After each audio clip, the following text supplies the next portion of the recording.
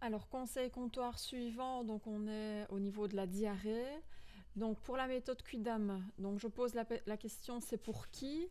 Alors j'ai mis en rose léger, donc pour tout ce qui est bébé, jeune enfant, femme enceinte, diabétique, personne âgée, ce sont des catégories de personnes à risque de déshydratation.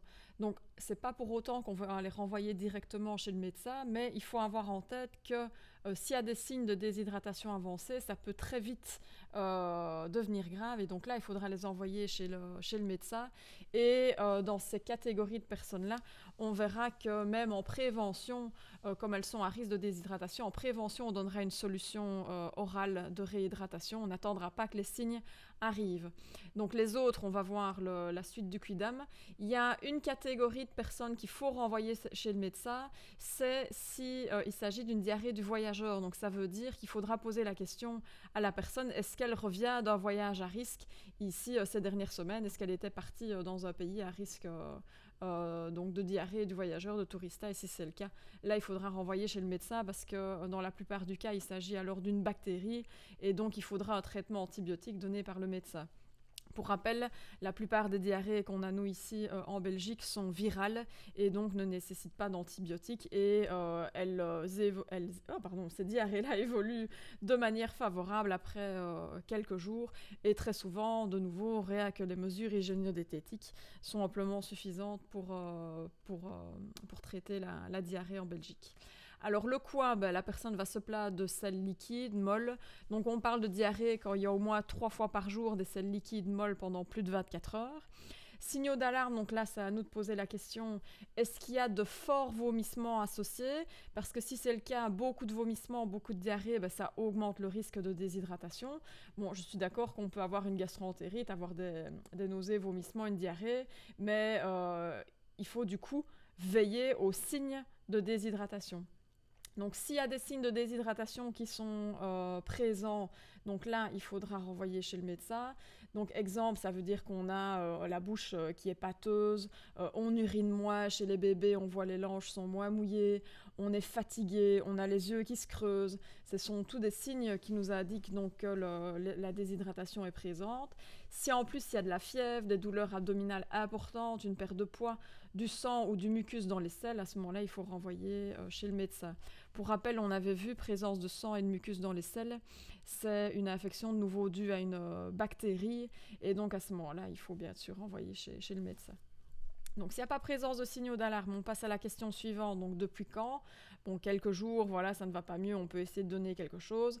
Par contre, si ça fait 1, 2 semaines que la personne a de la diarrhée, qu'il n'y a pas d'évolution, que ça lui arrive plusieurs fois par an d'avoir comme ça des épisodes de diarrhée, là il faut bien sûr renvoyer chez le médecin. Alors, est-ce qu'il y a dans les médicaments qu'elle prend quelque chose qui pourrait être responsable de la diarrhée? Les antibiotiques, si elle est sous traitement antibiotique pour le moment, on a vu, ça c'est un effet secondaire qui est normal, on pourrait conseiller la prise d'antérol pour essayer de diminuer cet effet secondaire-là.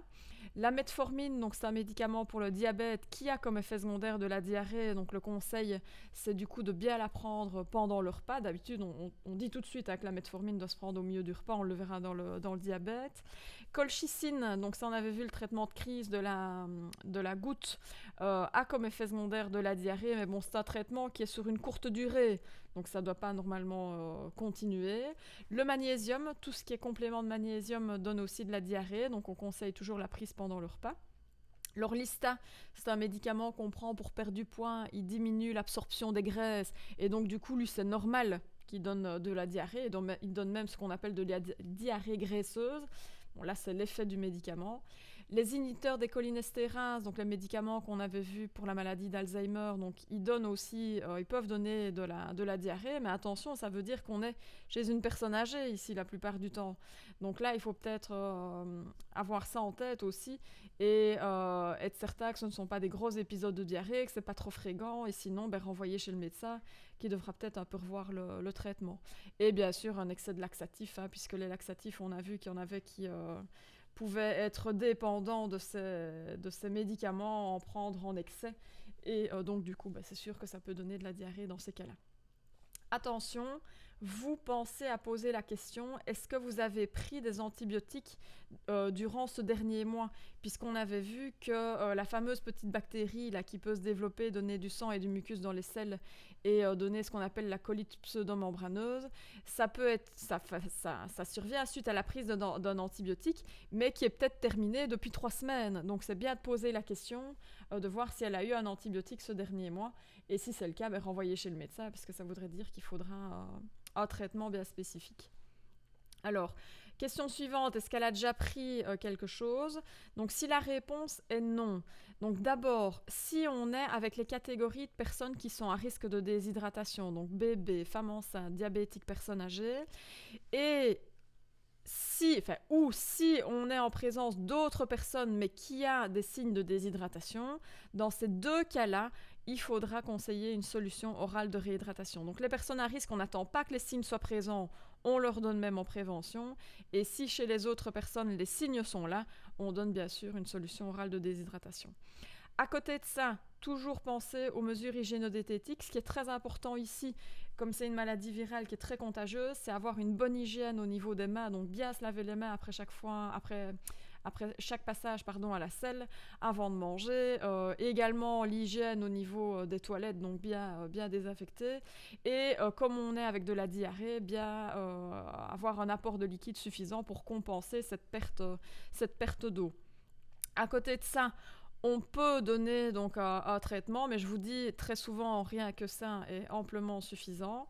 Alors qu'est-ce qu'on a comme possibilité de traitement donc en vente libre?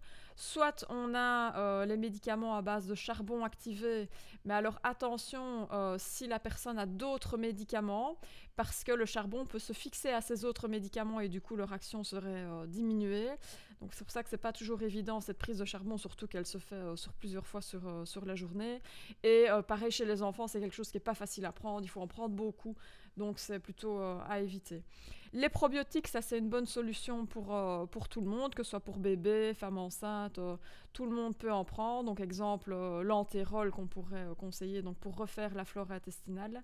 On avait vu qu'il y avait juste une contre-indication avec les probiotiques, c'est les personnes qui souffrent de maladie de Crohn, parce que là il pourrait y avoir un passage de ces probiotiques au niveau sanguin, et donc là il faut éviter chez ces personnes-là, mais sinon toutes les autres personnes on peut en prendre. Chez les bébés, l'antérol existe même en sachet, donc on peut diluer, ou on peut tout simplement ouvrir une gélule et diluer le contenu qui est à l'intérieur de la gélule. Ça fonctionne très bien aussi. Alors, le loperamide, donc ça c'est la spécialité Imodium. Au niveau du CBIP, donc il est mis qu'on peut le donner avec prudence au-delà de 6 ans. Moi franchement, je vous conseille de ne pas donner ça aux enfants ni même aux jeunes ados. Gardez ça pour limite les adultes, comme ça vous êtes sûr. Et bien insister sur le fait que c'est un traitement à court terme, que c'est plutôt à prendre si, par exemple, voilà, on est obligé de se déplacer, on est en cours, on est au travail et on a un épisode de diarrhée, là c'est certain que c'est le bienvenu de prendre de l'Imodium puisque c'est un freinateur du transit, diminuer, freiner le transit et un peu couper la diarrhée.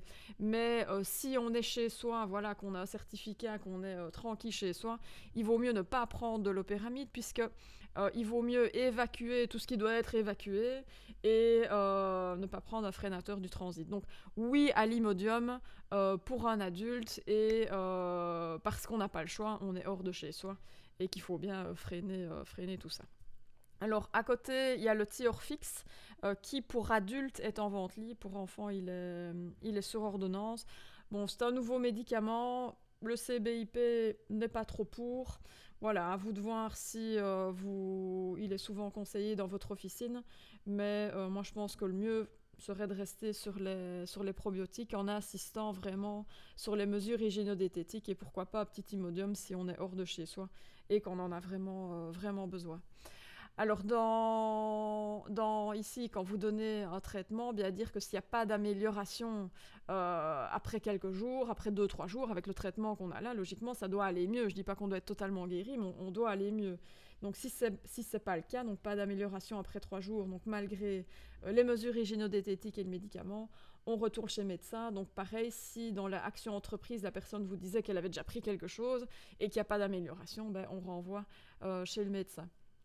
Alors, Petite remarque générale, quand on souffre de diarrhée, il faut penser que les médicaments qu'on prend, leur absorption peut être diminuée puisque on souffre de diarrhée. Je pense par exemple à la contraception. Il n'y a pas que ça, hein, tout médicament, l'absorption peut être diminuée. Mais la contraception, si l'absorption diminue, le risque c'est d'avoir une grossesse non désirée. Parce qu'on verra que, bon, quand on est pendant un épisode de diarrhée, je ne pense pas qu'on aura des rapports à ce moment-là. Mais par contre, si on le verra dans le système hormonal, si la pilule n'a pas bien été prise, donc elle n'a pas bien été absorbée pendant ces jours de diarrhée-là, eh bien, en fait, on n'est plus couvert jusqu'à ce qu'on ait repris pendant 7 jours consécutifs correctement la pilule. Donc, si l'épisode de diarrhée est terminé et que la personne a des rapports et que ça ne fait pas 7 jours complets qu'elle reprend sa pilule de manière correcte, eh bien, il pourrait avoir une grossesse à risque. Donc, c'est pour ça que j'en reparlerai dans le cours du système hormonal. En cas d'épisode de diarrhée, il faudra bien dire à la personne que une fois que c'est terminé, il faut bien attendre 7 jours de prise correcte de la pilule pour être à nouveau couverte à ce niveau-là. Ça va ? Alors, de nouveau au niveau du CBIP, dans le chapitre diarrhée, vous avez à nouveau 2 folias, un d'août 2005 et un de juillet 2009, qui reprennent un peu tout ce qu'il faut savoir sur la diarrhée. Donc, c'est sur base de ça que j'ai fait le schéma Quidam. Allez les relire parce que franchement, ça reprend vraiment tout et au moins, ça vous remet les idées en place pour le conseil comptoir de diarrhée, donc autant chez les enfants que chez les adultes. Voilà donc pour le Quidam ici de la diarrhée.